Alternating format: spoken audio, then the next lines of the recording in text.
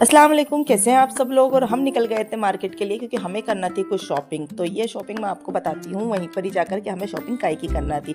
तो हमें रास्ते में मिला था ख़तरनाक सा ट्रैफिक और इतनी तेज़ गर्मी थी, बहुत ज़्यादा तेज़ धूप भी थी। तो हम लोग वैसे निकल तो गए थे और इसके बाद हम पहुँच गए थे मार्केट में भी, और वहाँ गए हम एक कपड़ों की शॉप पर। तो भैया से हमने बोला कि हमें चाहिए थी कुछ शादी की ड्रेसेस। तो हम लोगों ने निकलाई और वहाँ भैया ने ड्रेस तो निकाली, या तो कुछ ज़्यादा ही हैवी निकाल दी और या फिर कुछ ज़्यादा ही लाइट। तो हम लोगों को वहाँ पर कुछ खास जम नहीं रहा था।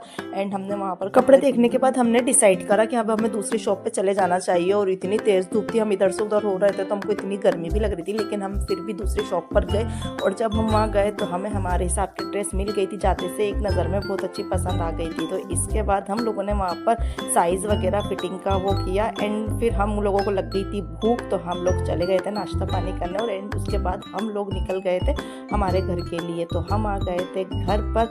अब था नेक्स्ट डे की मॉर्निंग का। तो मुझे आरिस का लंच बनाना था और समझ में नहीं आ रहा था कि मैं आरिस के लंच में क्या बनाऊं। तो रखा था फ्रिज में बॉयल पटेटो। तो फिर मैंने बॉयल पटेटो को सोचा कि इसकी साग बना ली जाए। तो मैंने यहाँ पर लिया तेल और उसमें तड़का लगाया जीरा राई और सौंफ का। एंड उसके बाद ऐड करा उसके अंदर टमाटो और फिर हल्दी और बेसिक से सारे मसाले, नमक, मिर्ची, धनिया पाउडर, ये सब ऐड करके और इसके मसाले की अच्छे से करी भुनाई। और ये आरिस की इतनी फेवरेट है कि उसको बस ऐसा लगता है कि सुबह शाम ये साग दे ही दिया जाए। तो मैंने सोचा साग के साथ चलो आज पराठे नहीं पूरियाँ बना देती हूँ, क्योंकि यार इसको बड़ी पसंद आएगी। तो फिर मैंने बाद में जब इसकी भुनाई हो गई तो मैंने डाल दी इसके अंदर बॉयल पटेटो।